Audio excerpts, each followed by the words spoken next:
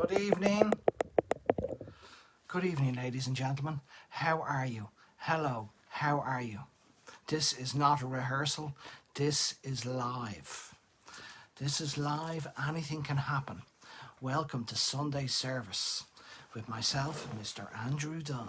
How is it going? How are we all? When you come on, light me up. Comment, let me know you can see me. Hope you're keeping well. The weather was so dark. It was so grey today. Hi Susie, how are you? I hope you're having a wee glass of wine. I always get a go at me for wine when I see you. Susie, I'm going to have a glass later. I'm going to have a glass. Hiya Claire, how are you? How's it going? How is everybody getting on? I'm finding the dark evenings. I'm a bit depressed. I won't lie. You know, I'm battling hard. I feel like I need to be in a 12-step program right now. You know, God, yeah. Oh, listen, I'm battling hard. The house is tiny. The kids are ganging up on me. Cause nowhere to go. I was at the kitchen table today, and then they followed me down to the kitchen table. Then I went back upstairs to my bedroom. Our tree is up as well. Our tree is up. I'll take a picture of it later. Yeah, our tree is up.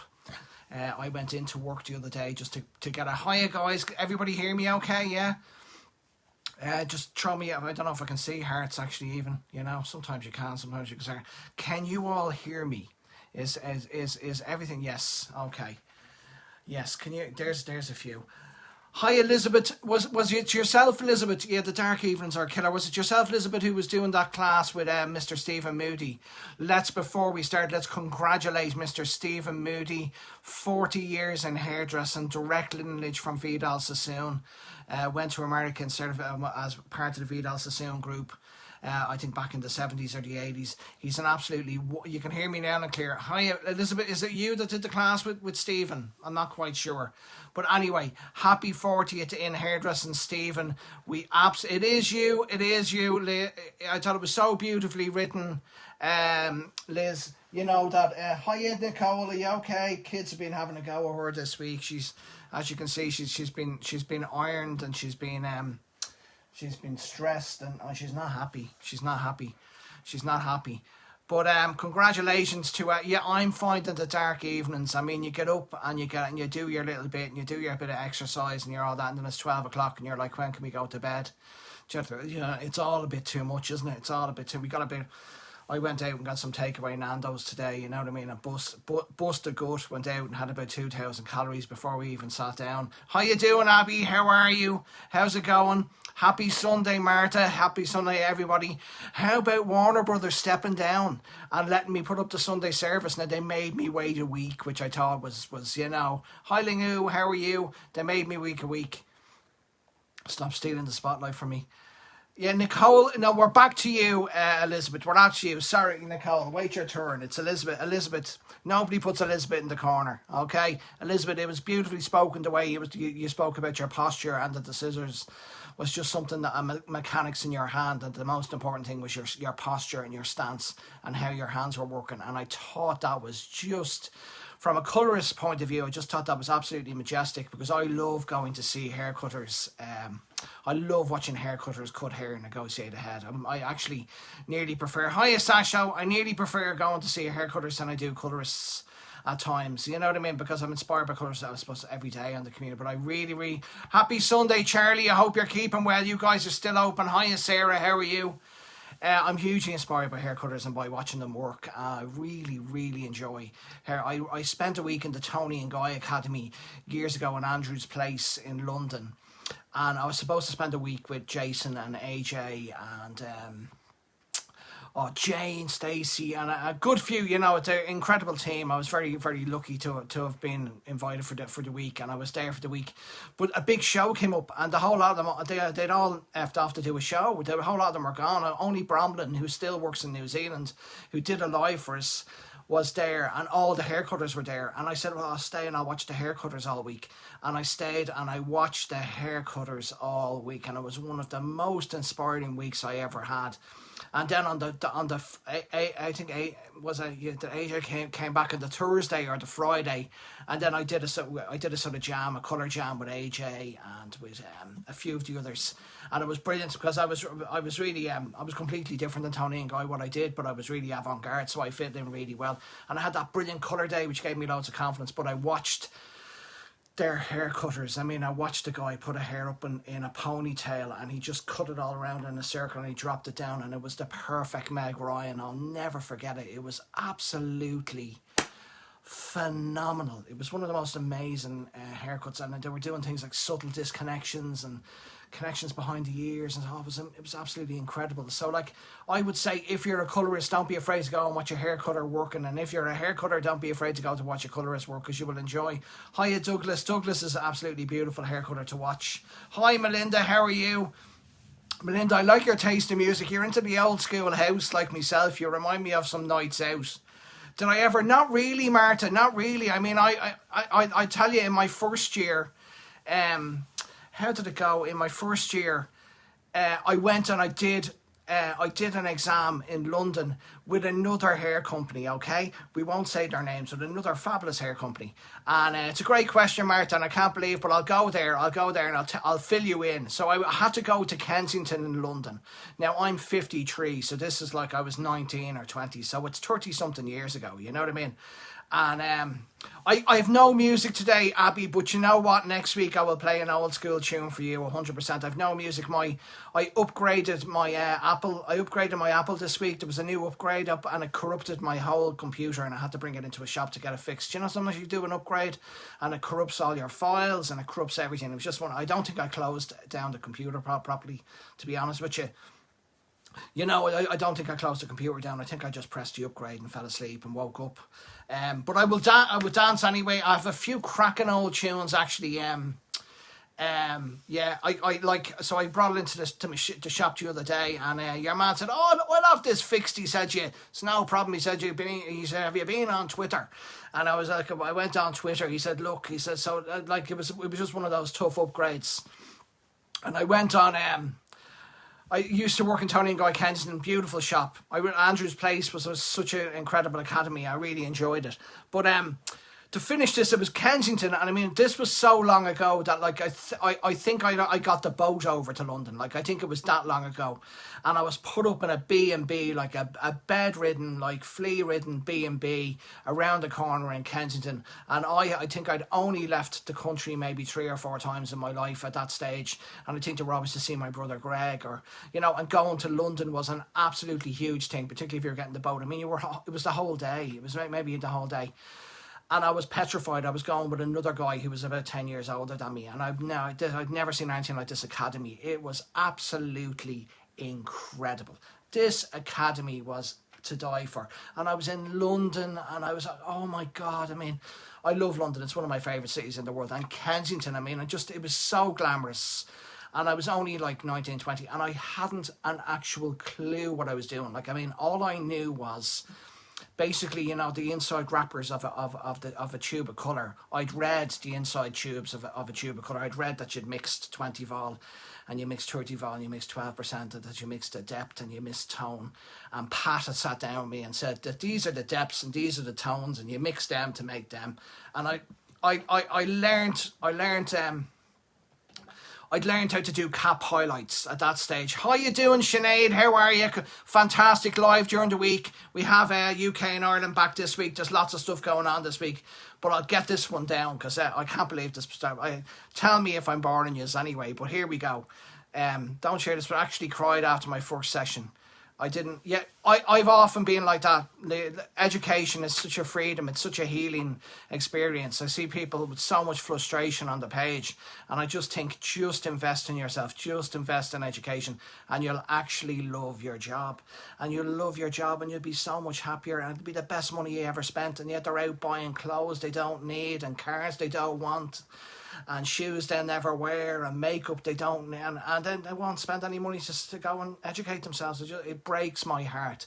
So everybody out there, look what Elizabeth is saying on the thread. Invest in your own education. It will change your life, but choose your educators well.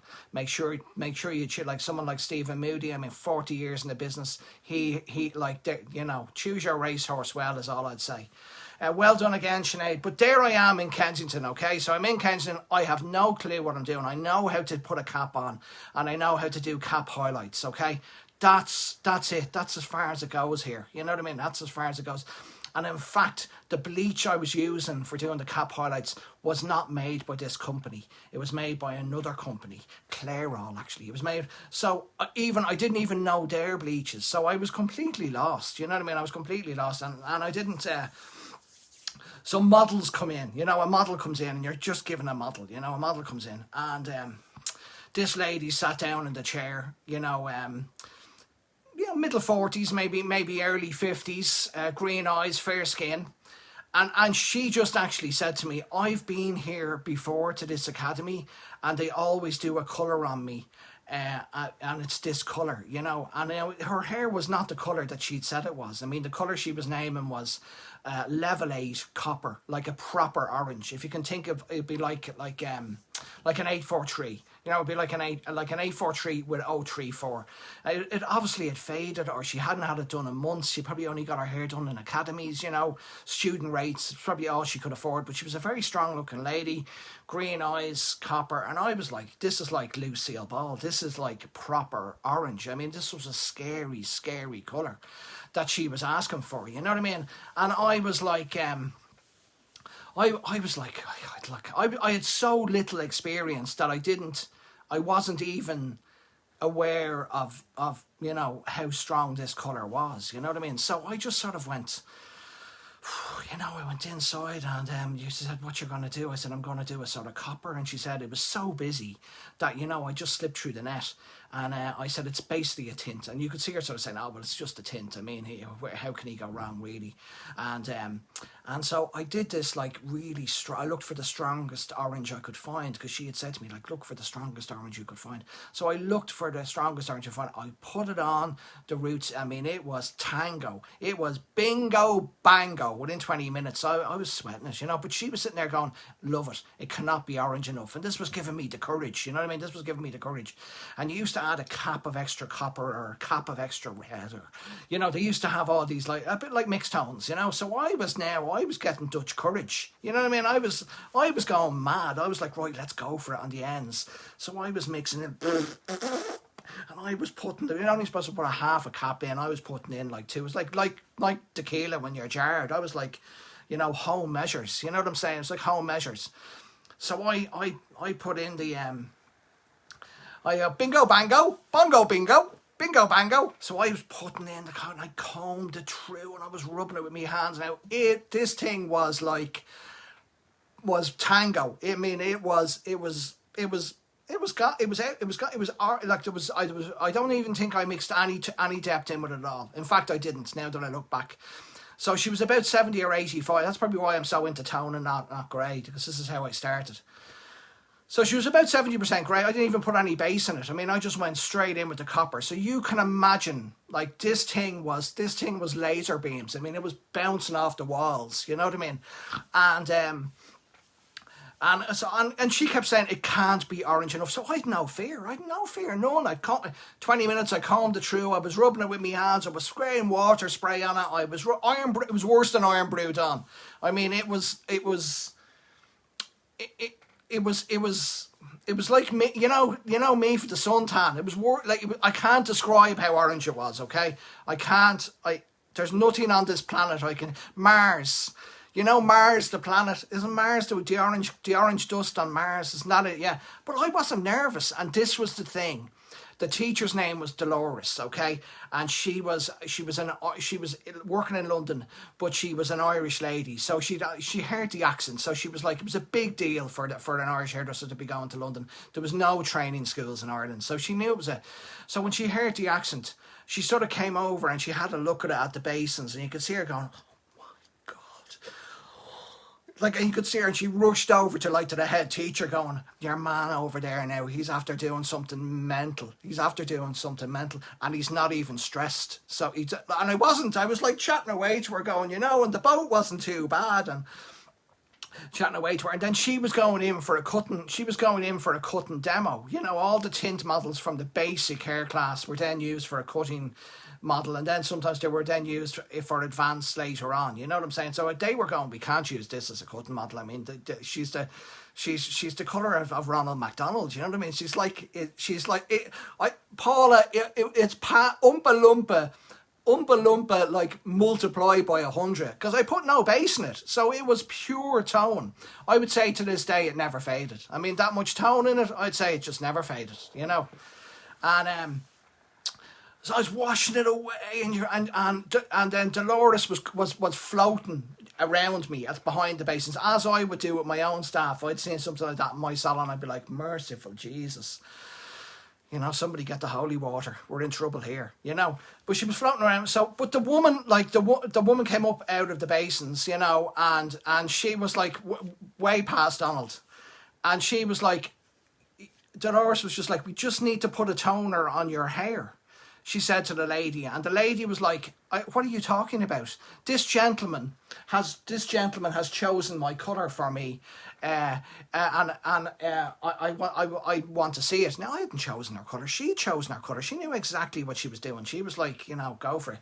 So they brought over a back mirror at the basins to her, you know, and you could see them around, like doctors, you know, like doctors around you. You could see them around to them. And she was like, she didn't even, like, she was like that, I love it. You know what I mean? She hadn't even looked at it, and she was like, I love it. And you know what? She could rock it. She was that type of woman, you know, she could rock it. And she was like, look how much that suits my skin. Look at my green eyes against it. Look, and so now she's having a go with the two teachers. She's like saying to them, and how could you think that this isn't perfection? I mean, you're in the hair colour business, and this is hair colour to dream about. Look, my green eyes, my pale skin. You know, how can you say that this doesn't? So they're now backing off. Do you know what I mean? They're backing off. They're backing away from the chair, and they don't know what to be saying. They don't know what to be doing. Do you know what I mean? And she's rocking it. She's Lucille Ball. She's sitting there going, "This is the." And she said, "And may I say, young man, I can't believe that you chose this colour for me," because she would have got in trouble, you know, like students are not supposed to tell them how to get their hair done, you know, they're in there to just get what's given them. That's why it's cheap, you know what I mean? But she was playing her cards right, and she'd manipulated me beautifully, you know what I mean? So, Tiffany, how are you? So they're standing there, and they brought her in for you know, for a cutting class. And this guy, it was a French guy who was cutting her hair, you know, and he was, chocolat bleu. He fell in love with it, you know, he fell in love with the colour. And she'd all curly hair, and he dropped it all out, and, you know, and Dolores, like, looked me straight in the eye and went, did you choose that colour for the lady? And I said, yeah, you know, I thought it would really suit her. I thought it would really work, you know, with her hair. I thought it would be complete and utter, like, faking it, like, completely hadn't, you know. Even to this day, I don't know if I would do that colour now. With the experience I have, I'd be saying, hang on now, we're going to need to put a little bit of depth in with that. This is like, you know what I mean? This is bananas. Do you know what I mean? This is bananas. And so I'm saying, so I'm completely saying to Laura, oh no, Dolores, I picked this up out of the sky. This is who I am. I'm Mr. Colour, you know what I mean? Colour's in my heart, you know, first year, talking a lot of waffle, you know, out of my mouth. And the guy who was in charge of the studio, his name was Jim. Jim Dallas was actually his name. His name was Jim. Big, beautiful suits, you know, it was real back in the, you know, lovely suits and stuff and all that, you know.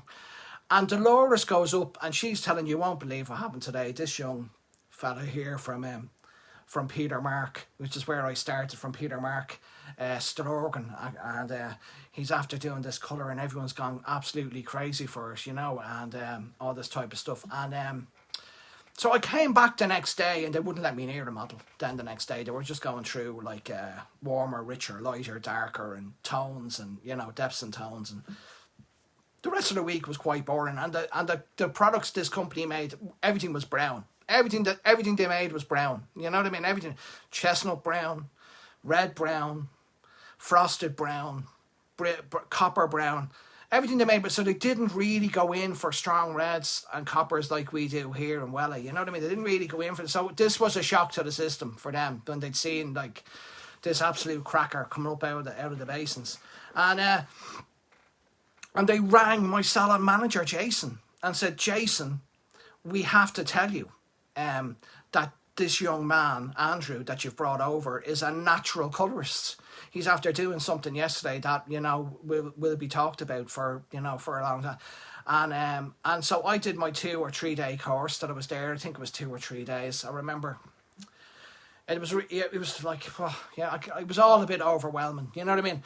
And then I came back into the salon on the Tuesday, and Jason was there, and the colour section was upstairs. Now I was washing hair at the basins. That's what I did. That was my job. I mean, I got 2 towels, and you stood there. If you wanted to go to the toilet, you had to put your hand up. You had a basin, and you stayed to the basin all day, and that was your job. You know what I mean? And as I said, I'd learned to do cap highlights for a couple of nixers, and I got on well with the colourist Pat, and my dream was to be upstairs in the colourist with Pat.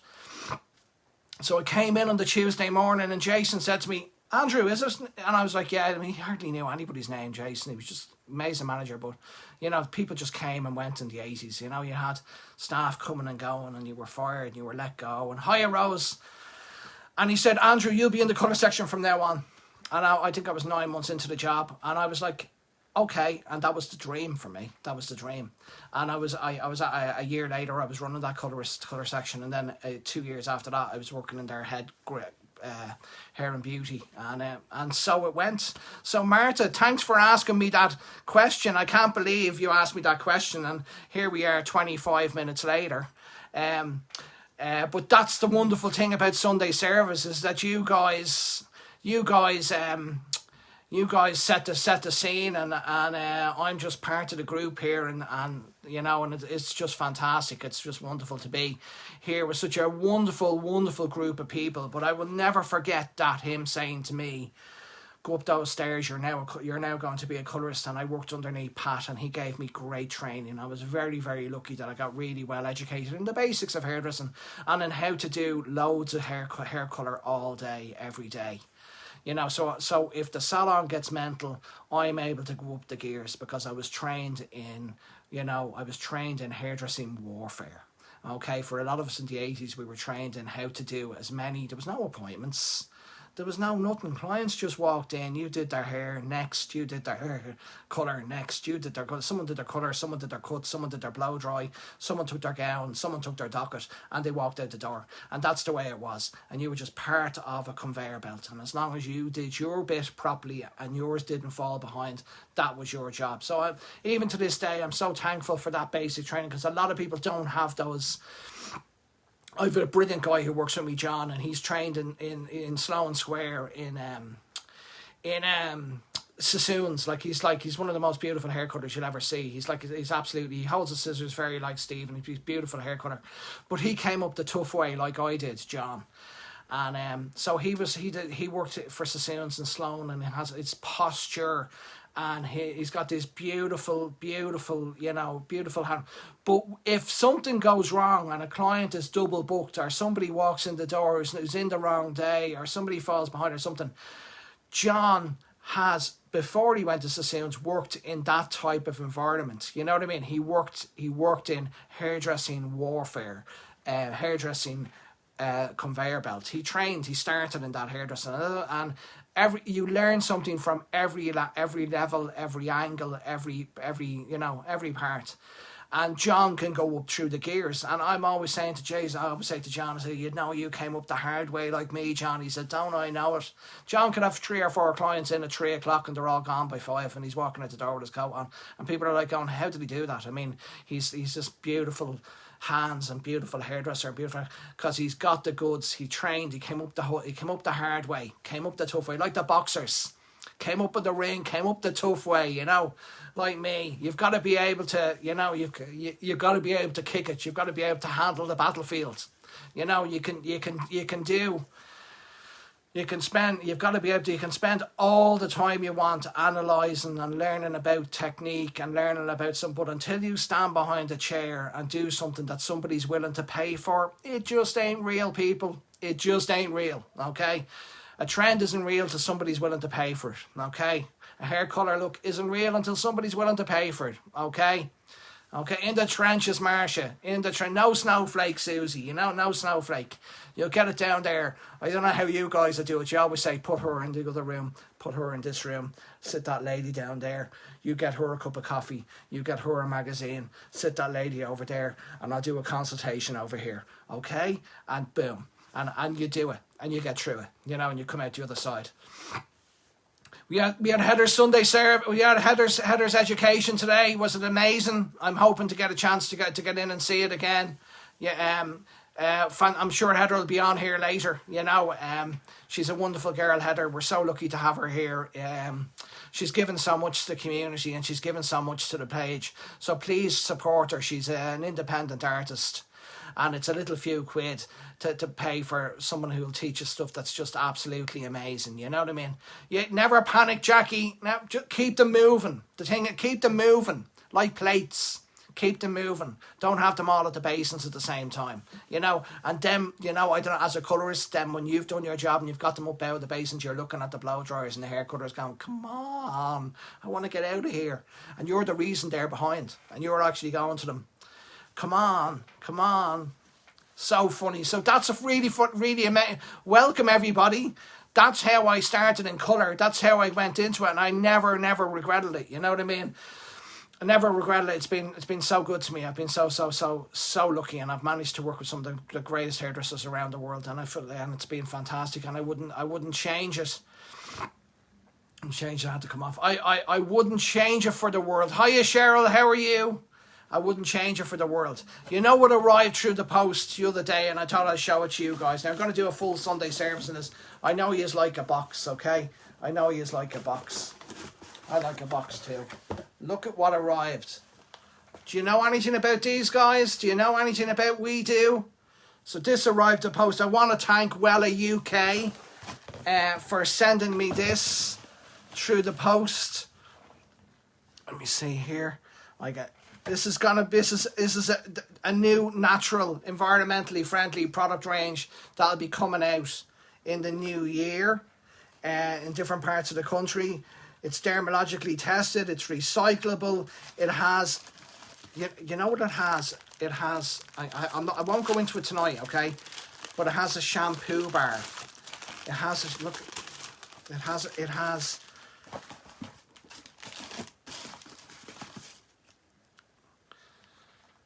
It has a lip balm. Look at this. It has a lip balm. I haven't even opened this. Do you know what I mean?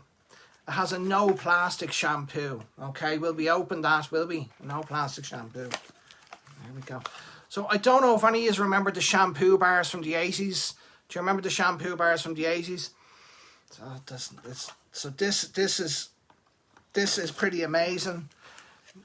It's Vegan Society certified. It's cruelty-free certified. It's natural origin, no sulfates, no silicones, dermatologically tested, 100% recyclable, and it's been teamed up with the Fight Plastic in the Fight Ocean Plastic. So every time you use it, there'll be donations to the Fight Plastic in the ocean, and every time you buy a bottle, eight plastic bottles will be removed from the environment. There's a moisturising day cream. Beautiful. So, but I'm going to do a whole Sunday service on it. So what I'm going to do is I'm going to get the beautiful people in Geneva to send me the whole range, okay? The whole shooting match. Because this is just a very few. There's a natural oil elixir. I do like oils, do you? I love oil elixirs. There's a natural oil elixir. Oh, I love oils. Hang on there now.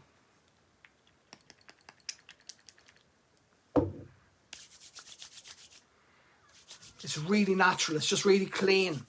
No smells off it. Really clean. Oh yeah. Oh, behave yourself.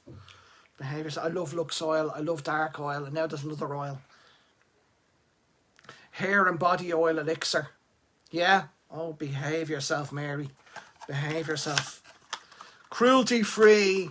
Vegan Society. I mean, it's very difficult to get the Vegan Society to approve it. No silicones, no sulfates, dermatologically tested, which is good for me. I'm very sensitive skin, as you know. For me, I get I get all this type of stuff. Protect cream.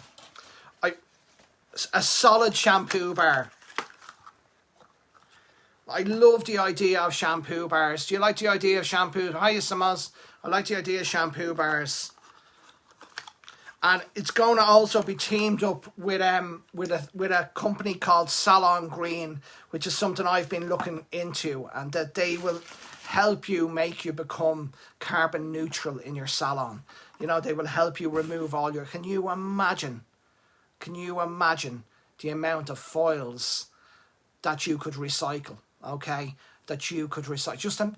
Just close your eyes and imagine around the world if every one of those foils was recycled. Okay, you've used them. I enjoyed them. Are they good, Marta? I haven't used them. I use Nioxin scalp repair and Nioxin. I'm a Nioxin man myself, and I use Nioxin serum and Nioxin cream, and that's why the hair's still on my head. I'm convinced of it. It's Nioxin. I'm addicted to it. Natural oil.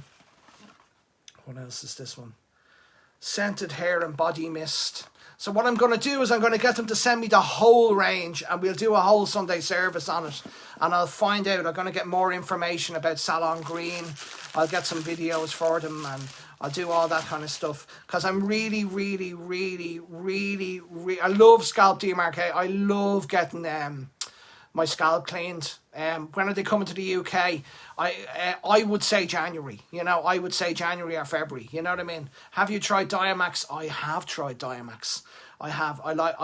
You know, the 3D one that you're meant to just put at the front of your hair to stop it falling out. I put that all over, and I mix that with the scalp repair cream, and then I'll use even sometimes the Diaboost. You know, the Diaboost body one as well. So that's why it looks like a 40 heads of hair. Do you know what I mean? You know, because I'm a big...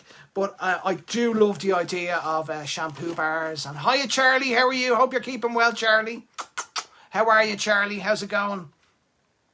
I do like the idea. So I will keep a lot of that. But let's just... Yeah, I do like... But let's just keep that in mind. There's Salis on there. Oh, anything about Nioxin. I can do a whole Sunday service on Nioxin as well if you would like. You know what I mean? You want to get the whole range because the range is big. You know, the range is big. I haven't had my dinner yet. No, I won't be having it till later on.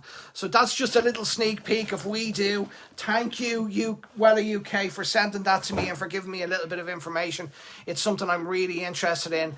But Salon Green, I really feel is something that we all should and will have to sign up for. Because just imagine the amount of foils that go in to the bin and into landfill every day, recycled. Recycled. You'd love that, would you? Okay, we'll get working on that. Sue's not on tonight. I think she's still recovering from her leg, you know. But yes, a Sunday service on Nioxin. It's a big range, you know. And yes, 100%. We'll organise that. We'll organise that on Sunday service. Okay, you beautiful people. You absolutely beautiful people. You know what I was thinking about this one nearly all week, you know, and it's only sort of started to come together in my head really in the last couple of days. But we've all seen, from the pandemic, we've all sort of reassessed, you know, Salon Green. So I'm saying that for you. You have, Salis. You have. I have to say, Salis has been an advocate for a Salon Green initiative for as long as I know him. And these company looks like they're the real deal, Salis. So I'm going to do a bit of work on them once the salon's back open, and then obviously we'll do a big push here, you know. But I'm quite sure Wella will be hugely involved. If not involved already, I'm sure every company will want to get involved. The Salon Green initiative, I actually think it should be law, but there we go. It should just be a part of your bill. You know, it should just be a part of the bill to pay for recycling. You know, it should just be like PPE is. We saw how quickly we brought in PPE with the masks. Everybody just accepted it. It should be the same. The environment is as critical as the corona pandemic. For me, the environment is just as critical and just as scary. And You know, it's just, and we have to do our part. I'd say less than 10% of salons recycle properly. I know I don't. You know, I do my cardboard and I do, but imagine all the tubes. Imagine all the tin foil. Imagine what we could do. Imagine what we could give back. So we're going to make this happen. Okay, we're going to make this happen. Salas Museum. So I was sort of thinking, you know, I was thinking about different, because I was meeting different people all the time since the pandemic kicked off, and everybody was at different, we need to be carbon neutral. Is it the same as the Green Salon Collective? I'm not sure if it is. It might be something bigger. I'm not sure if it is. I'll keep you posted, Liz. I'm not sure if it is. You know, I don't know if it's going to be a worldwide thing or if it's a UK and Ireland thing.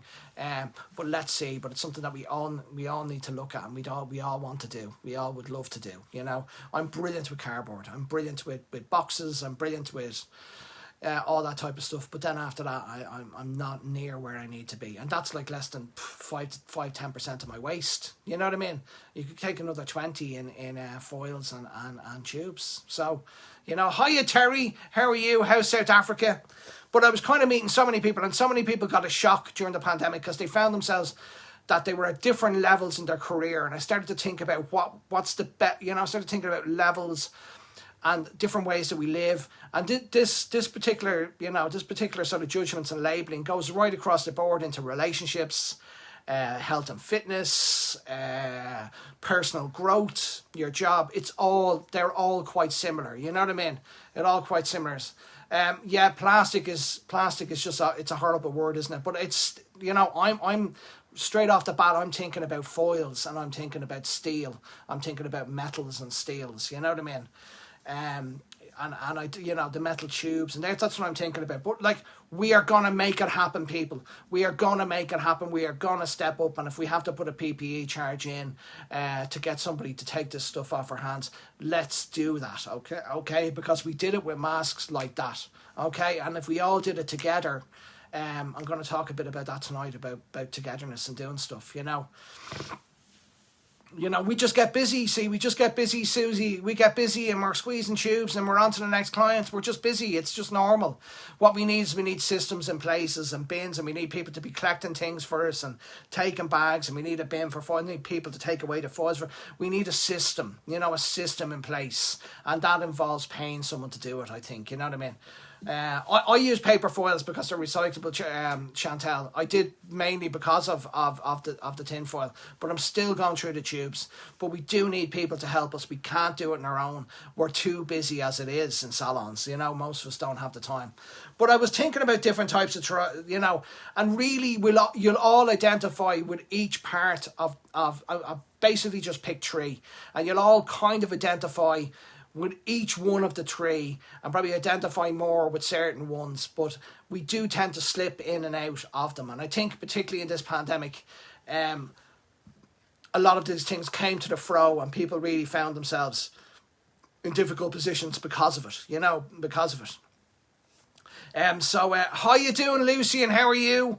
Beautiful Lucian on there, beautiful hair colour. Great to see him on. I love Lucian, and hopefully I'll get to see you in Romania this year. One of the world's most awarded hairdressers on there, and rightfully so. He's an absolute superstar. Love you, Lucian. Anyway, I think, there's basically 3 or 4 tribes when you think about it. That most people work, people work at a survival level, where they just work sort of week to week, get to the week's salary, and then next week, and then get to the week's salary, and then next week. It's the same maybe with diet. I know with diet and fitness, I'm like that. Try to get my exercise in, get to the next week. I don't really have any plan in place. I don't really have any goals in place. So I don't really get anywhere. You know what I mean? I don't really get anywhere with it. I just I get good weeks, and then I get bad weeks, and a little bit weeks. And a lot of people found themselves in this position and found themselves really out in a loop with the pandemic. Because they were just survival, they just worked on survival, they just worked on survival, where it was just basically they lived, this week, whatever happens, and then got to the next week, and an awful lot of things were left just up in the air, and they'd no real, like if you ask them what did they want to achieve, or where did they want to go, or what did they want from the jobs, they probably couldn't have asked you, because it was just a week to week to week to week to week thing, that kind of thing. Very, very little focus other than that. And we all have that with different parts of our job. Sometimes it's health and fitness, or sometimes it's our personal growth, or it's our friendships. We don't give them enough time. Sometimes it's our relationships. We just go from week to week, and we don't see our partners. We don't sit down and talk to them. And things just, there's no focus, there's no growth. It's very, very difficult to be at that level. And I think particularly with the pandemic, that was about, I'm just reading there, it's about time silence. Yeah, we're all still talking about the lockdown, which is environmentally. We're going to do this, people. We are going to do this. This is going to be, we are going to do this. The Wella family is going to lead the way here. We're going to do this. We are going to do this. And if we we're just going to do it. So don't worry about it. You know what I mean? That we're going to do it. The second thing for a lot of people, and this again goes to the same thing, is that they're very comfortable at to be in a job. And it has a level of status for them, that it gives them, say, like, a comfortable home, a nice car, a title, a position, something that gives them a level of status within the community, or a level of comfort within their personal lives. They have that sort of level of status, the nice car, the nice house, all that type of stuff comes in, and their number one aim is to just actually to be kind of comfortable in life, to be comfortable, and to try and what you have, you sort of hold, and to be comfortable. You get to a certain, it's a bit like you get to a certain level of fitness, and you're really comfortable, and you're really happy at that level, and then you don't push it. You sort of just stay, and then you keep at that level, and keeps at that status where you feel you look good, and you can feel it's just enough. And so a lot of people are very comfortable in status, myself included, with a lot of things. You'd be very, very comfortable and very comfortable at that level and stuff like that. And then the third one, which I think we saw explode during the pandemic, I know it did for me, in so many different ways, and I think it did for so many people on the page, and that was growth. That a lot of people are looking for the next thing in their lives. They're looking for some level of growth, some level of meaning, some level of understanding, and this tends to run all through their lives. That they're looking for ways for, to make their life better, looking for ways to make their work life better, looking for ways to make their relationship better, looking for ways to make their health better, looking for ways to make. So suddenly growth out of nowhere, because we never had time. We were just going in between week to week. And then status, you made a few quid, you buy a nice car, you move to a nicer house. Yes, I'm doing well. You go back in, you live to week. You go. It's very, very, very difficult. And then suddenly in this time, people were found, really, really, really, really, found really wanting, either financially, because they didn't have anything to back them up, or really wanting emotionally, spiritually, financially, friendship-wise, relationship-wise, health-wise. So many people start to jog. So many people start to convert. So suddenly growth became another level. Growth became, it became the thing. Your bite-size video is awesome. I'm going to do another one. I'm going to do another bite-size on doing red tints. I'm just still working on it, because the other bite-size was actually turned into a full service. It was like an hour and a half long. So I read a book called The Things You Only See When You Slow Down. It's brilliant. That's exactly it. So suddenly growth became this, and I want you all to really, really, really look right now at what areas of growth in the first lockdown and now and here have come up in your lives, have stepped forward. Has it been your relationship? Has it been your friendships? I mean, I've noticed that I don't have really any friends. I've got 30,000 of them here on the internet. But that, I would really want to, I really need to up my game friendship wise, in the human world. Even though I love my friends on the internet, and I love the community, And for me, that's very, very, very satisfying. And I don't, I don't see what we do in the community as being like, scrolling, where there's AI just trying to sell you ads. In the community, it's a completely different thing. It's all about friendship and paying it forward and helping the person beside you and growth and education. I can't think of a better place to make friends. I can't think of a better place to be. I can't think of a better place to be around people. And that's the reason why it's here. That's what I want. That's what I wanted from the internet. When I see people going on about the other stuff, we don't have that. We don't have that problem. I don't allow that. We don't have that problem. You do have to keep things positive, because if you allow the negative to get in when you're online, suddenly it can destroy everything. So you do have to try and, the next bite size will be about 2 weeks, Noreen. Maybe next week. I'm going to do a Sunday. I'm going to do a special. I'm going to do another. It won't be a bite size, but I'm going to do another live. Probably next week or the week after, which will be a special one, which I'll let you know about. You know what I mean? I'll let you know about. But I want you right now to think about the growth. You know what I mean? To think about, the week to week. To think about the status, and the comfort, and to think about the growth. And think about the growth, and to think about where you are now, and where you want to, because what I will say is that, if you are in a comfort zone for too long, I think I have as well. I've definitely, my growth levels are much higher. I'm actually probably pushing it too far. I need to take a step back and look at, and that's why it's so important to look at different levels. Some weeks you can be so into your own growth as a human being that you forget about your family, and then other weeks you're so into your family you forget about your growth, and then other weeks you're so into your family and your growth you forget about your health and fitness, and that you have to look at these different areas in your life, because each one works again. You can't one isn't more important than the other, but definitely health and fitness is probably the number one, because if you don't have your health, you don't have anything. Without your health, you don't. Everyone says, "Oh, I'd love to have loads of energy," but without your health, energy is no good to you. Your energy and health is the most important one. It's probably the most important thing, and it's the one that I ignore the most. You know what I mean? So growth is just so, like, if I asked you a question now.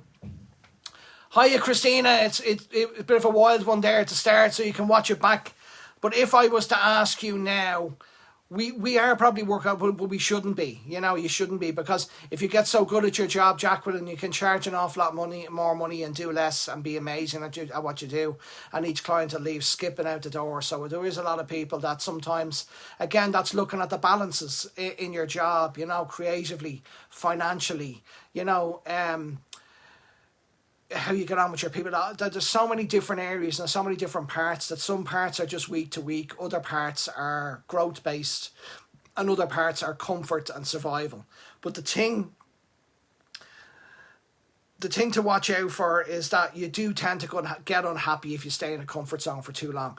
Even if you're really happy with it, even if you're really, really comfortable in a comfort zone, you get really happy. And I'll give you the 100% reason for this right now: the second lockdown. Okay, so the second lockdown in UK and Ireland, we were very comfortable on the first lockdown, and the second lockdown doesn't feel anything like the first lockdown, because we that level of comfort we haven't needed as much, because we've done so much growth, so we're not as happy. We're still enjoying.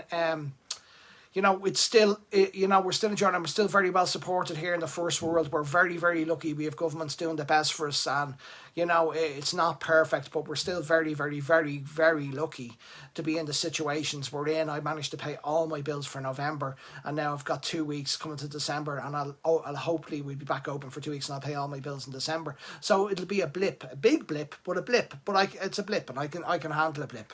Do you know what I mean? But I do battle with this, so that if you stay in a comfort zone for too long, in other words, if you stayed in a lockdown for too long, you will become unhappy in the lockdown, because there's no growth. After a while, then there'll be no growth in that lockdown. Because growth, you need stimulation for growth. So, I ask you all a question: where would you Yeah, I'm desperate for quick education again. There's no quick, like once you learn a technique, you have to practice it 3,000 times. There's no quick ways, There's no quick ways to learn how to kick a football like David Beckham. There's no quick ways to learn how to cut hair like Lucian. There's no quick ways to learn how to break bases, like probably I do. It takes a lot of practice. It takes you 20 minutes to learn the technique, and it takes you 2 to 3 years to master it. The problem is most people don't have the attention span, or the passion needed, to really master that one thing. It needs deep practice. This lockdown is just not. It's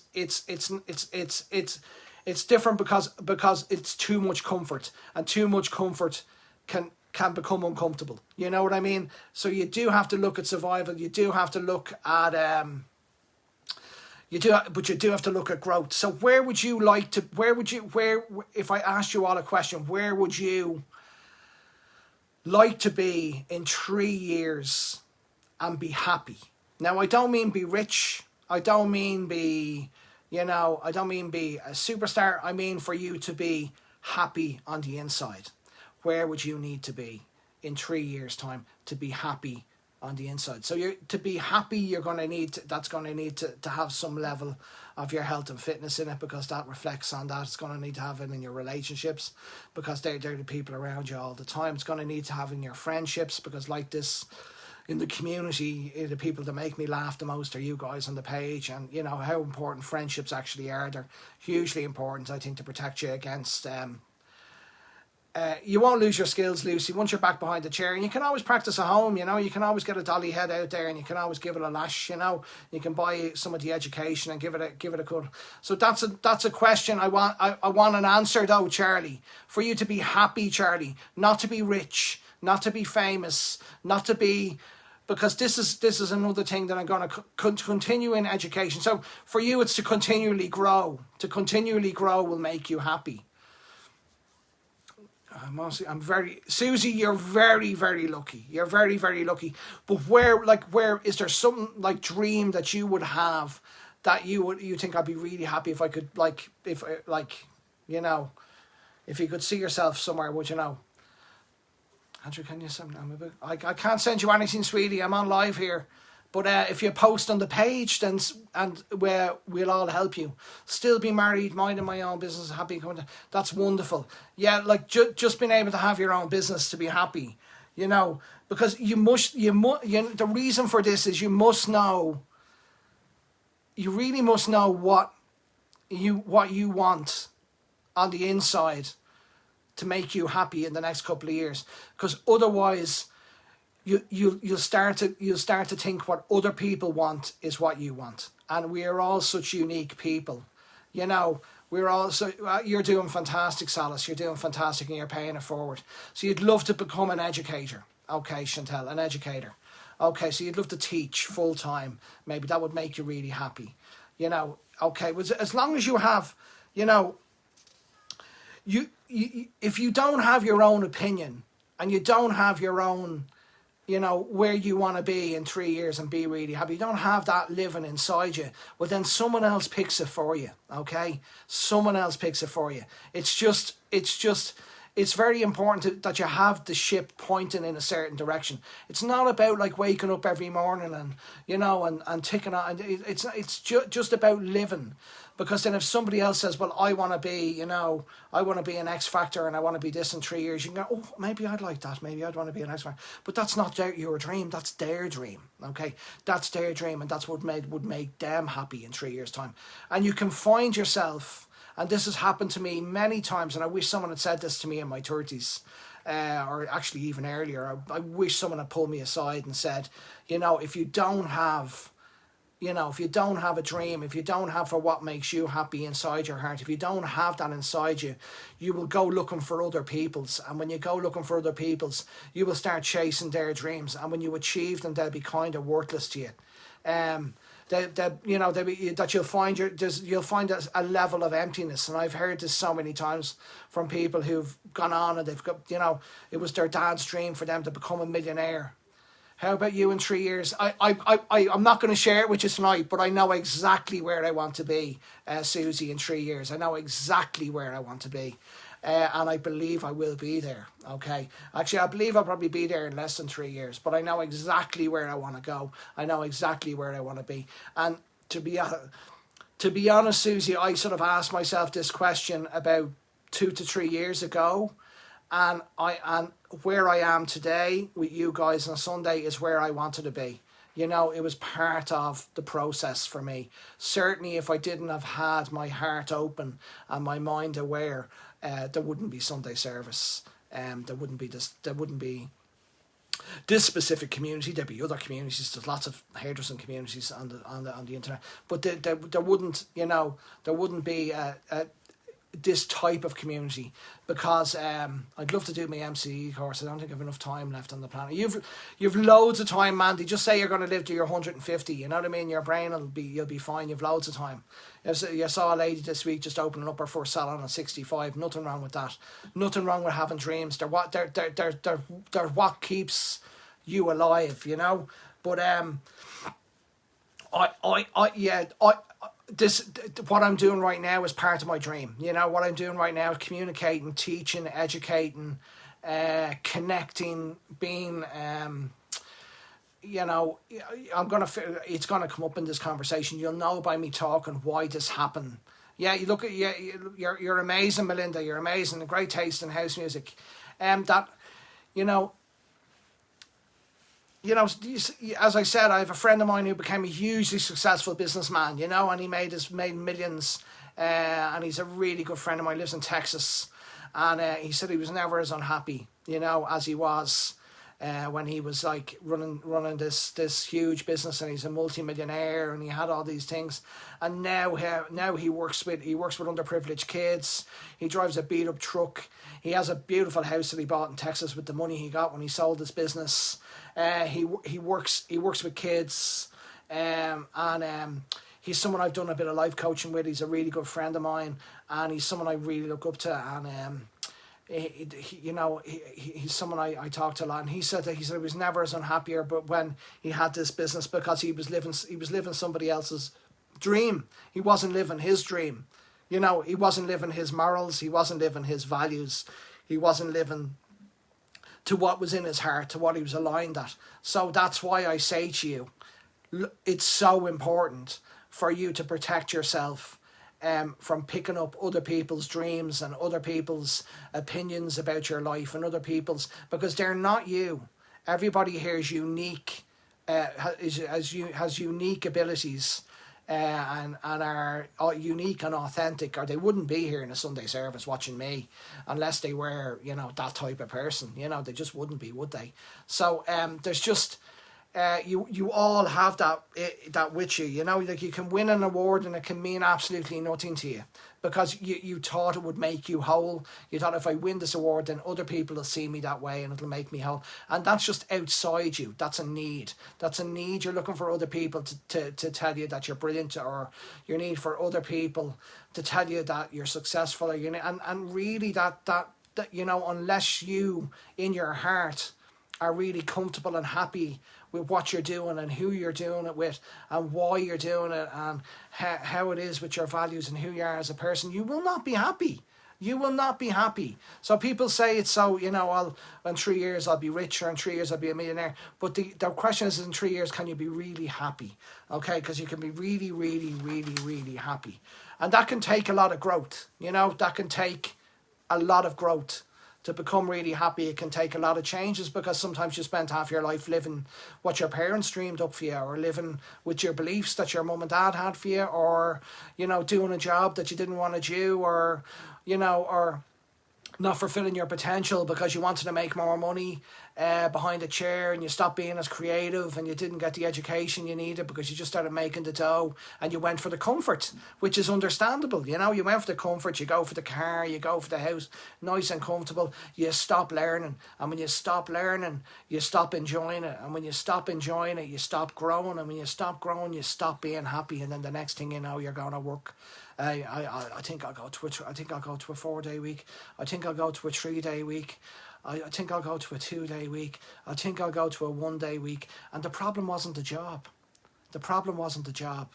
The problem was the lack of growth, the lack of creativity, the lack of education, the lack of love, the lack of what makes you happy. You know what I mean? The lack of what makes you happy. You know what I mean? What makes you happy. So it's a sword to keep in your heart.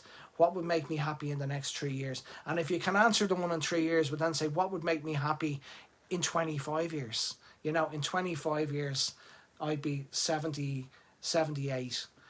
What would make me happy? That what would I be doing at 78? I'd like to be still coaching. I'd like to be still teaching. I'd like to be in... At 78, I'd like to be standing in front of a class in Harvard talking about authenticity, okay?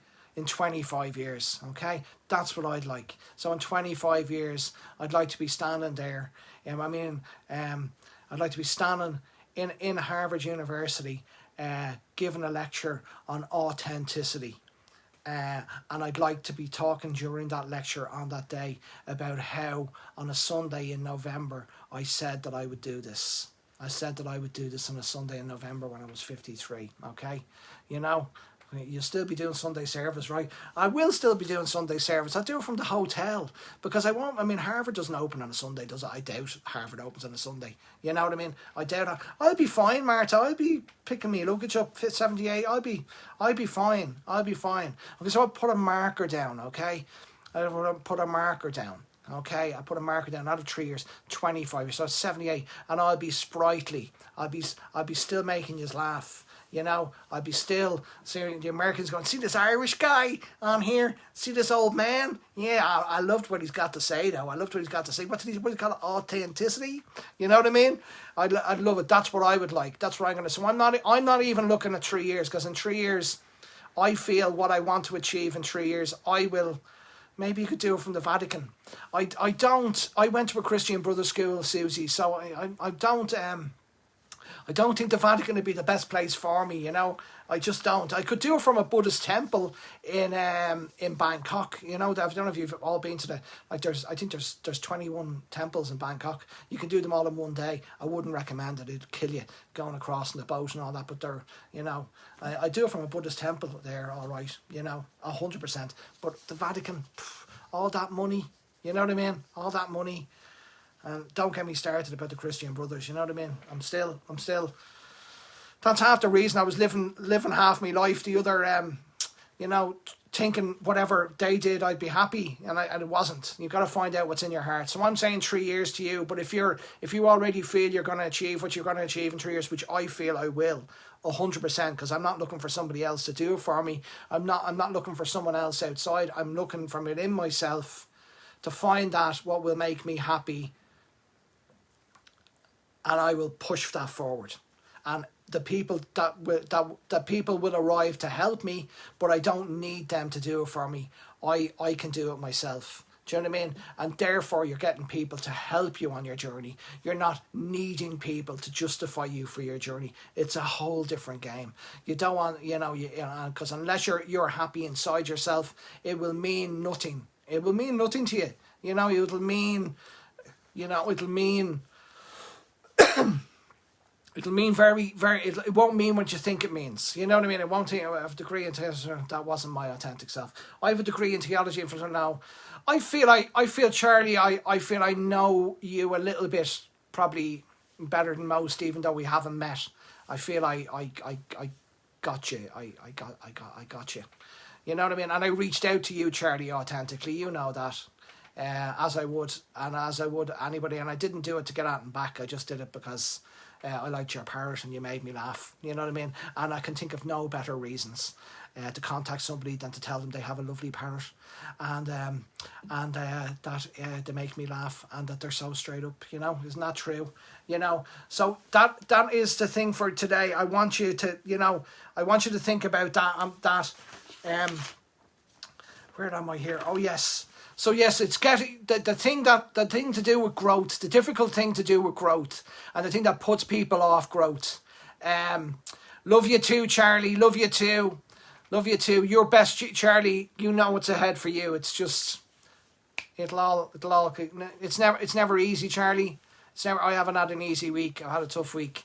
You know what I mean? But, you get through things and you come out the other side. And it's about getting comfortable with the uncomfortable. Okay? If you want to have growth in your life, you're going to be in rooms where people are better than you at doing things. People are smarter than you. People are, and you feel very vulnerable, and you feel very uncomfortable when you try something new. There's the wonderful Sinead who came on and she spoke about during her live how this was so new to her to teach online and to teach her in education, and how brave she was. I was like, Sinead, get in there. How brave. You want to support people like that. And by the end of the class, and she nailed all her models. I was just over. For me, I was over the moon, because I know Sinead loved it. I could see she really enjoyed it, and I could see that she had got comfortable with the uncomfortable, and she had made it her own. And by the end of it, she wasn't uncomfortable.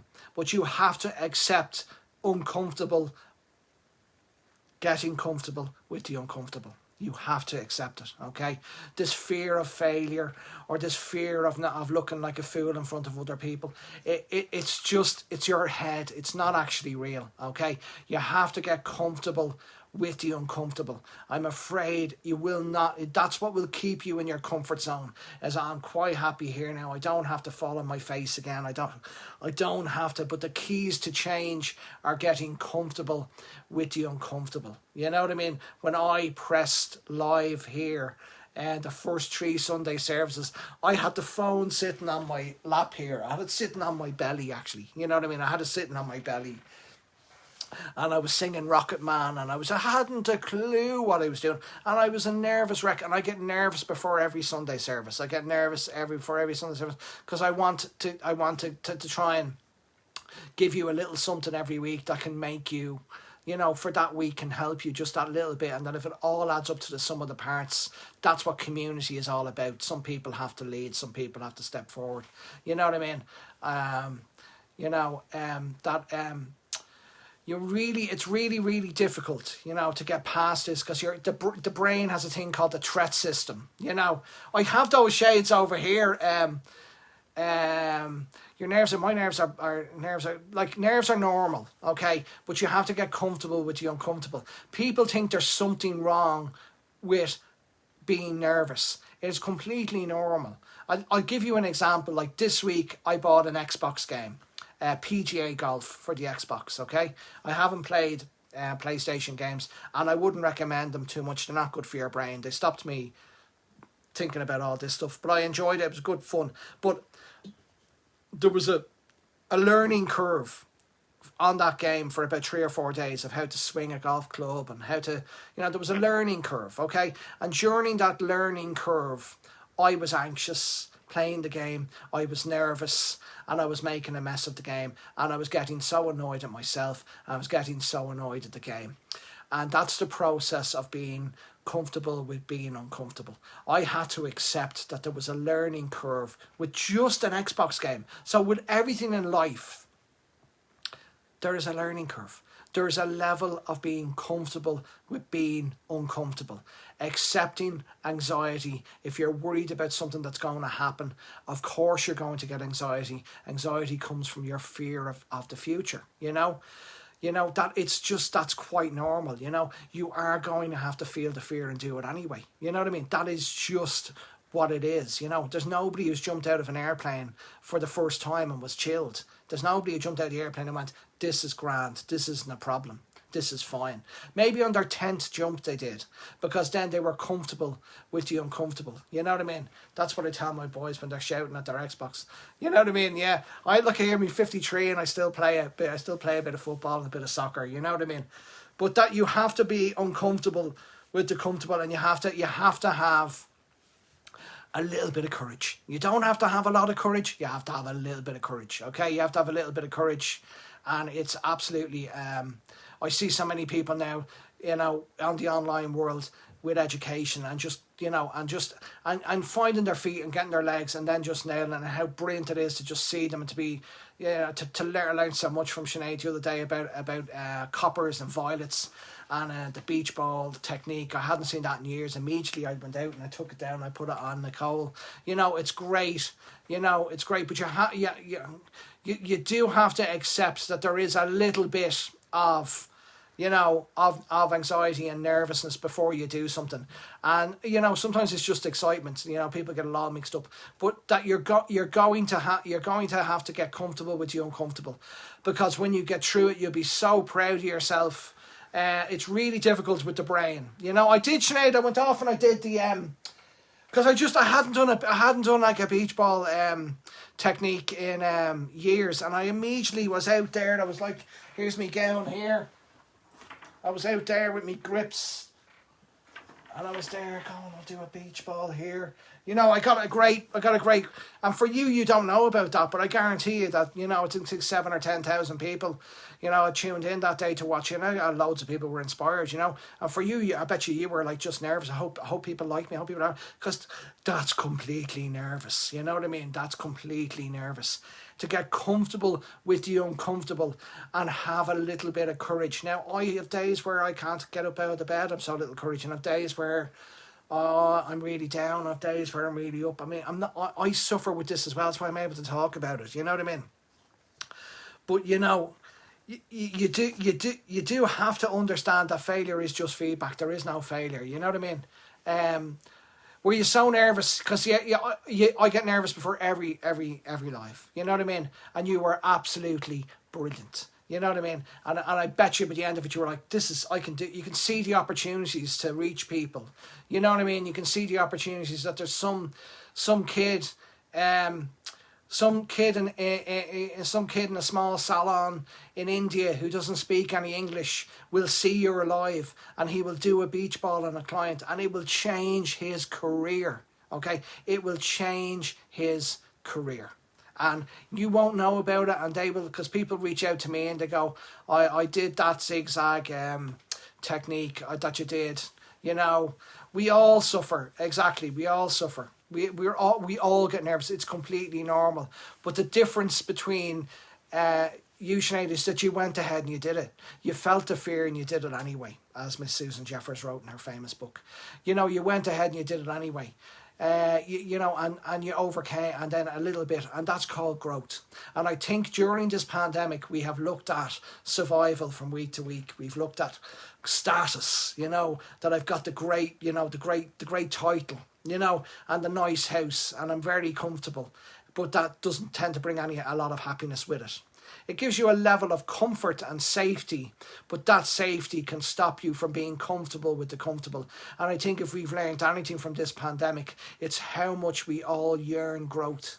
And that growth must come in all areas of our lives: relationship, health and fitness, food, particularly if you want to cook for me, friendship, you know, self-growth. You know, it's probably on this particular lockdown, I have really focused in on my own self-development, and it's been difficult, and I've had to spend days very comfortable with being uncomfortable and dealing with things and issues inside me and things that are not easy. You know what I mean? But that has been my chosen road for this particular pandemic. Has been probably more self-development. Has probably been my number one. Now next week I'm gonna I'm gonna try and get the balance back into that, and I'm gonna look at having family in, you know, as well, you know, and then education. So it doesn't just have to be about hairdressing, it doesn't just have to be about education. You know, I'm very good at saving money. I was really lucky. Marta, that's a brilliant story. Yeah, I've had a difficult week with that. I can come and cook for you. My wife's an amazing cook, Salis, but I mean, you're more than welcome to come and there is no such thing as failure. It's only feedback. It's only feedback. There is no, so you can't, like, I see people putting up pictures of, say, you know, a hair colour or a haircut that Lucian did, and they go, like, how do I learn how to do that? And I feel like saying, well, you're going to have to do it, like, you're going to have to fail at it about 150 times before you'll be able to do it, because Lucian did. You can be guaranteed Lucian didn't learn to hold. Have you ever watched how Lucian holds the scissors? You ever watched how? Do you think he just picked up his scissors and he learned how to hold the scissors? Took him years. Posture, I see it with John, the way he stands and cuts hair, or just just having somebody like Stephen Moody will talk to you about hands and shape and posture. You know what I mean? That that you really do. But that since the digital age took off, people are always like, "You watch later, Sarah, you're fine." Since the digital age, the real revolution is education. Okay, the real revolution is education. Okay, it's education. Education across the world now is faster, it's cheaper, it's easier. It's everywhere. It's quite okay, John. You can watch back. Sunday services there all week. People watch it all week. But the people talk about the digital age. It wasn't a microchip. It's not any of those things. It's education and it's connection. It's that ability to be able to connect. So you can watch somebody. So next week we have UK and Ireland doing some gigs for us, and we have Australia, New Zealand doing some gigs for us. So you could watch somebody next week. I think we've the Australian Hairdresser of the Year on. We'll put up the announcements later. You can watch somebody next week. In Australia or in New Zealand, and you can say to them, "I loved that haircut. What did you use in the colour?" And they said, "This is what I used." And then you can follow them, and then they can become a part of your tribe. So you can team up with people that you could have never teamed up with before. You can watch people work that you could have never watched work before. You can talk to people from completely different backgrounds that you never could have talked to before. You can talk to people from different religions, different creeds, different outcomes. And in a community like ours, where you will be expected to be, to behave in a certain manner, rather than the ridiculous stuff we see on the internet with them against us and you're this and I'm that. Oh, it's completely how we don't work in the Wella family. We are a community and we take care of each other and we respect each other. That you can... Yeah, there was a brilliant guy from New Zealand on. He did an incredible textured model, and he had amazing plants in a salon. And I fell in love with plants, and I talked to Sue the next day about getting plants into the salon, and I still haven't done it. So there you go, Chantel. I need to get those 3 plants that he has in the salon. But that if you're not a part of this, you can get left behind, because you can expand your mind. You can expand your mind, and you can expand your mind in so many different ways just from watching the way different people work, the way they talk, the way they approach things. And it's an opportunity that you can team up with somebody from around the world, okay? You can look, Salas has just nailed it there. Team up with international educators around the world online, sharing free material. That was my dream when I started here. That was my dream. I didn't want it to be a clique. I wanted it to be a community, and I wanted to be a community of people who had, who had a big, strong moral compass and could be led from the head. This was what this was like, that you behave in a certain way, and that but if it's really this simple as if I do something and I show you, you then do it differently because you do it your way. I then see the way you did it differently.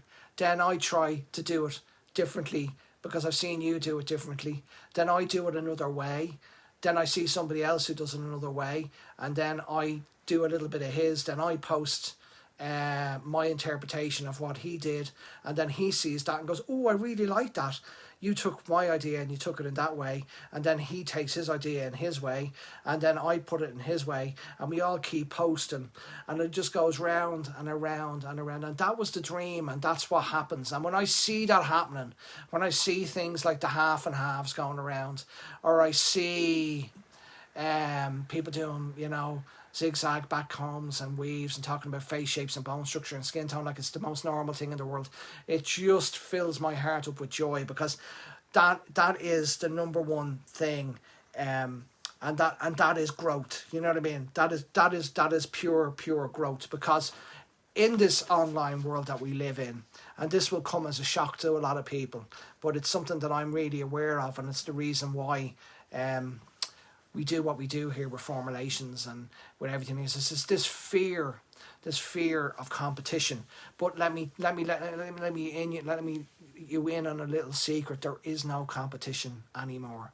There's no competitors anymore. Okay, the internet blew that away years ago. So that if what you have, you hold, you don't will dissipate and disappear in days, maybe weeks, maybe hours, because it started a long time ago.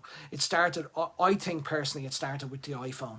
You know, when the iPhone was released, he stood back and he let independent operators be successful on the Apple iPhone. In other words, they let apps come on, and they let apps be creative, and that they just created the software to enable the apps be successful.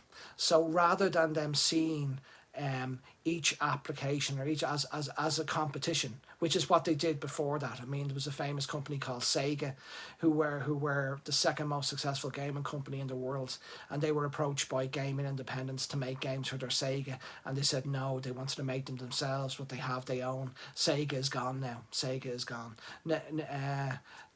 You know, a lot of the old original phone companies was the same thing. What they hold, they're gone now. They died, you know. Warner Brothers with the DVDs, when music arrived, we'll stick with our CD, we'll stick with our DVD. They're gone now, you know. They're gone now. Taxi companies and Uber, you know, hotel companies, Airbnb. I mean, I hate to drop the penny, but there is no competition anymore. Your competition is your ally. Your competition is your friend. Your competition can make you better at what you do. And if you're better at what you do, the customers will find you and you will be really successful. If your education is incredible and you do it really well, you can be friends with everybody who does education with you. You'll become better. They become better. People will want to come to you to get education off you. They will recommend other people, and on you go, as long as you're authentic and yourself. So if you think of what iPhone did with the apps, I mean, that was the beginning of a complete evolution, where they just every year, like, it's only people like me that looks to upgrade my phone because I like the cameras and I like the photographs, but all my kids downstairs, they all have iPads and they all have iPhones. I know it's disgrace at their age, you know what I mean? But they're old ones that I don't upgrade. I just, you know, when I get a new phone, I give it to one of my kids and they have them. You know, they have, you know, that they're you know, that, but each one of them they never look to upgrade their phone. They never look to upgrade, they never look to a new phone. Only the teenager, maybe, because she's looking at status and she wants to show off. She might want to do. She might want to upgrade. They're looking at, Daddy, what's the next app? Daddy, what's the next app? Daddy, what's the next app? So what's driving Apple is independent companies creating and bringing value to their brand. Okay, and Wella saw this with the independence of our community and brought me in under the fold, and got Susan to help me, and they saw that they understand that they understand how they're learning, and they understand that there is no competition anymore. Okay, your competition across the road is not your competition anymore. He's your ally. He can learn everything you can learn. He can see everything you can see. It's up to him whether he does it or not. You know, he does it or not, and that's, you know, that is that type of, it's an outdated form, it's an outdated way of thinking, and it makes absolutely no sense in the world we live in right now. And if you embrace everybody around you and you embrace what they have and make it a part of you, you will make a different version of it. People will want to learn your version of it, then they will bring their own version, and it will grow. You know that it will grow because it'll come from you. Nobody can be you. Nobody can be more unique than you are. Nobody can be more. So there is no need to be, to be competitive. You only, as you beat me to it, Liz. As always, Liz, you've been here from the start, Liz.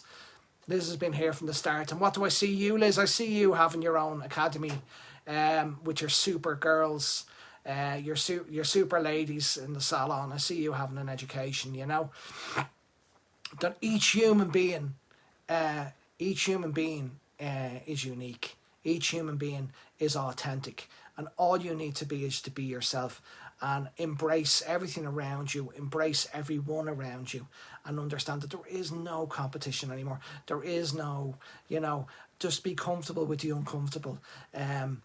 You know, let growth in all areas of your life lead you right now. Let growth lead you in your relationships, in your health and your fitness, in your friendships, in your in your job, in your work, and to see that there really is, that just look at what Apple did with the iPhone. They used the creativity of everybody around them, and they are the most successful company in the world. Okay, they put how many apps on the phone are Apples that you use? Facebook isn't an Apple. Facebook isn't on the phone. So when you think of the people who've created so much value in the world, who have out of nowhere, like they are brands in themselves that have used different platforms, and that would have never happened before. That would have never happened in the 70s or the 80s. You didn't talk to your competition, you ignored them, and you had sometimes a little bit of competitiveness isn't a bad thing, but really you need to look to yourself. You need to look to yourself and to understand that there is no competition anymore, and to try to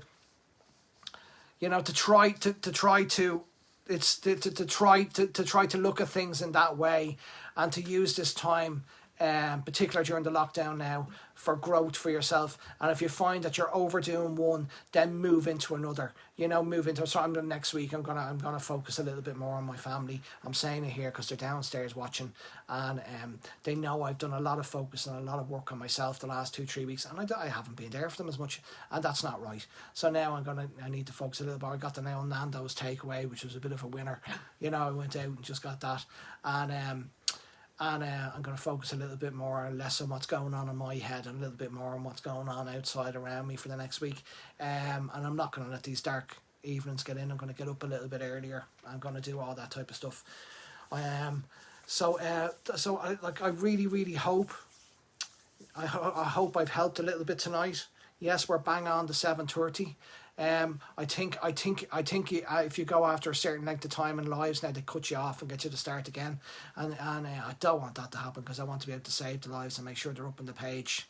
Happy tick-alongs. It's okay. It's okay to be. Growth can be in so many different ways in your life, Susie. It doesn't have to be the madness. It doesn't have to be the. You can just, if you get comfortable with the uncomfortable, you'll enjoy the growth of it all, and you'll understand that the practice involved, and that if you're really comfortable in your job and you're really happy at that level of status, that maybe the growth can come in your fitness, or it can come in your relationships, or it can come in your friendships, or it can become maybe you need it in your hair. But we have seen in the lockdown how important growth is to our well-being, and I'm glad I help every Sunday, because I really try to, Annette, so I'm really glad I helped. That there's so many different parts of your life that are just all so important, and to understand you don't have to put a lot. It doesn't have to all be, Sunday services. Some weeks about hair, some weeks it's about education, some weeks it's about confidence, some weeks it's about, some weeks it's just about how we are, like this week. Some weeks it doesn't have to be. It's all the one thing. It doesn't have to be, this type of thing makes you a better hairdresser. It doesn't have to be. There's Mr. Nicholas Khan on there. Love you, Nick. Absolutely love you. Nick is one of those people that, I get so much from creatively. I watch Nick and I go, oh, he's brilliant. He's absolutely brilliant. He's brilliant. He's the community wouldn't exist without all the different apps. The community wouldn't exist without all the different apps, and everybody, is a part of the community. Everybody plays a part, and so many people just, there's so many, we are all, there is no competition. Okay. There is no amount of likes, or there is no, I need this to feel good about myself. There is none of that here. Okay. You are supported, and you are allowed to make mistakes, and you are allowed to be uncomfortable, and you're comfortable. What I want you to work on this week is to say to yourself, where do I need to be in 3 years for me to be happy? Not to be rich, not to be famous, not to have the title, not to have for you to be happy. inside for you to be happy? And if you can answer that one easily, well then go ahead and do the 25-year one. My 25-year one is I'd like to be in a class of Harvard University graduates where I'm given a class on authenticity, and I'm 78. Okay, I'm putting that one down today. I'm putting that one down today in the market. That's where I want to be, and I think I'd be very happy to see Harvard, you know, and to walk around and to see the halls and to see the history in that school and to understand. You know, I know that my dad, God rest his soul, before he passed away, he did it in Trinity College. He spent a day teaching sales in Trinity College, and my dad, I mean, could hardly read or write. You know, he left school at 13, and I mean, I'm a chronic dyslexic. You know what I mean? So, I you know, maybe I get that from him. Maybe I'm still living his. Maybe it's not my dream. Maybe it's his. I don't know. None of us know, but I do feel. Yeah, Salas, we will have a point, and I can tell you now, Salas, if you have a point with Mr. Nicholas Kahn, you better watch out, because Nick doesn't have a point.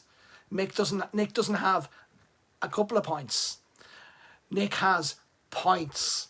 Now, I know a few people on this thread know what I'm saying when I'm saying that. Nick can throw a few points into him. Like, boom. Nick's got a throat on him. Nick has got a throat on him.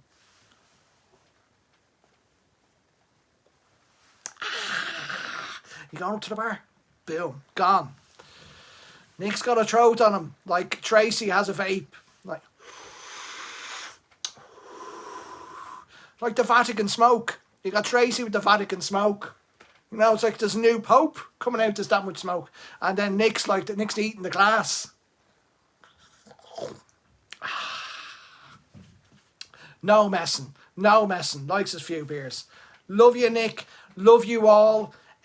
So this week, I want you to sit, and I want you to, you know, and if you want to throw it up on the page and hashtag me, but if you don't have to. It can be private. And it's for yourself. But just try to have in your heart where you want to be in 3 years to be happy. Okay? Happy. Okay? And it's for you. And then let that lead the way. You know what I mean? And then work out, you know, what you need to do to get there, and then just do it, and to be comfortable with the uncomfortable, because even learning an Xbox game brings out anxiety. Okay? Everything brings out anxiety. Every single thing. Okay? We do our best. There's some days you'll win, there's some days you lose, but we'll all keep going. I'll keep trucking. Okay, we've got an amazing week ahead for you. You've got lives from UK and Ireland. I think we've got the Australian Hairdressers of the Year on. You've got an incredible... I'll post some things later. You've got some incredible things. I'll put up a link for We Do for you guys. I will put forward to Geneva that we'd like to do an evening on Nioxin. Somebody else asked me the other day was it the wonderful Brittany asked me to do a Sunday service on the Blondor range, which I might do again because you're all so interested in the Blondor ranges, Nioxin and We Do, and as I say, I'm going to do a special Sunday service tribute. Or not necessarily Sunday service, just a special live as a tribute to somebody who's very, very close to my heart. And so watch out for that. That'll be coming up. And thank you all. Have a fantastic week. Keep posting. Keep sharing. Keep taking care of each other. And keep working from you. Try to keep your heart and your head aligned as best you can, and you won't go too far wrong. If your heart and your head, if your head goes, that's a good idea, and your heart goes, oh, I like that, you're probably in a good place. You know what I mean? This week I'm going to focus on my family and my health and fitness, because I think I've done too much work. You don't want to get into this head too much because you can't get back out. And I feel I've been down the rabbit hole. So a little bit too much. Just getting some really funny messages. So I'll see you all on the page for some wonderful education. And my love to you all, okay? My love to you all, okay? I'm getting some really funny messages here. People are messaging me about the live already. Very, very funny. I love you all.